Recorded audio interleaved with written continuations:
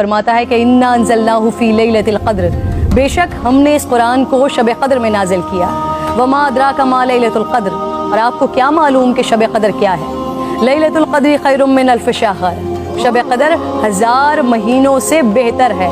تنزل الملائکۃ والروح فیہا باذن ربہم من کل امر، فرشتے اور روح اس میں اپنے رب کے اذن سے ہر حکم لے کر اترتے ہیں۔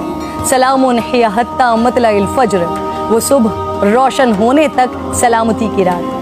حضور نبی کریم صلی اللہ علیہ وآلہ وسلم نے ارشاد فرمایا، شب قدر کو جبرائیل امین فرشتوں کے جھرمٹ میں زمین پر اتر آتے ہیں۔ وہ ہر اس شخص کے لیے دعائیں مغفرت کرتے ہیں جو کھڑے بیٹھے کسی بھی حال میں اللہ رب ذوالجلال کو یاد کر رہا ہو۔ ہزاروں مہینوں سے افضل اس رات کے عطا کرنے کے پیچھے بھی ایک راز ہے۔ رسول پاک صلی اللہ علیہ وآلہ وسلم کو سابقہ لوگوں کی عمروں پر آگاہ فرمایا گیا، تو آپ نے ان کے مقابلے میں اپنی امت کے لوگوں کی عمر کو کم دیکھتے ہوئے یہ خیال فرمایا کہ میری امت کے لوگ اتنی کم عمر میں سابقہ امتوں کے برابر عمل کیسے کر سکیں گے؟ بس آپ صلی اللہ علیہ وآلہ وسلم کو لیلۃ القدر عطا فرما دی، جو 1000 مہینوں سے افضل رات ہے۔ لیکن وہ رات کون سی ہے؟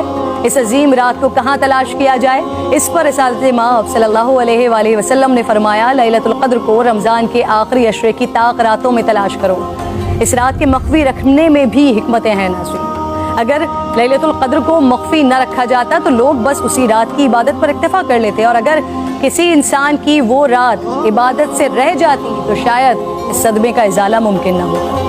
ایک وجہ یہ بھی بتائی جاتی ہے کہ اللہ تعالیٰ کو بندوں کا رات کے اوقات میں جاگنا بے حد محبوب ہے، اس طرح بندے 5 طاق راتوں میں جاگ کر اپنے رب کو منا سکیں۔ اور ایک وجہ گناہگاروں پر شفقت بھی ہو سکتی ہے، کیونکہ اگر علم کے باوجود اس رات میں گناہ سرزد ہوتا تو اس سے لیلۃ القدر کی عظمت مجروح کرنے کا جرم بھی لازم آتا۔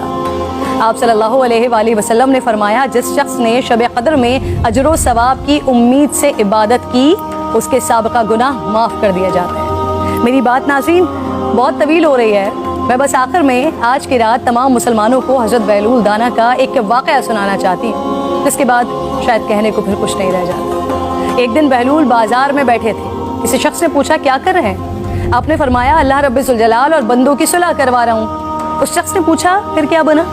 آپ نے فرمایا اللہ تو مان رہا ہے، بندے نہیں مان رہے۔ اللہ اکبر۔ پھر کچھ عرصے بعد اسی شخص نے حضرت بہلول دانا کو قبرستان میں دیکھا تو پوچھا کیا کر رہے ہیں؟ بہلول نے فرمایا اللہ اور بندوں کی صلح کروا رہا ہوں۔ اس شخص نے پوچھا پھر کیا بنا؟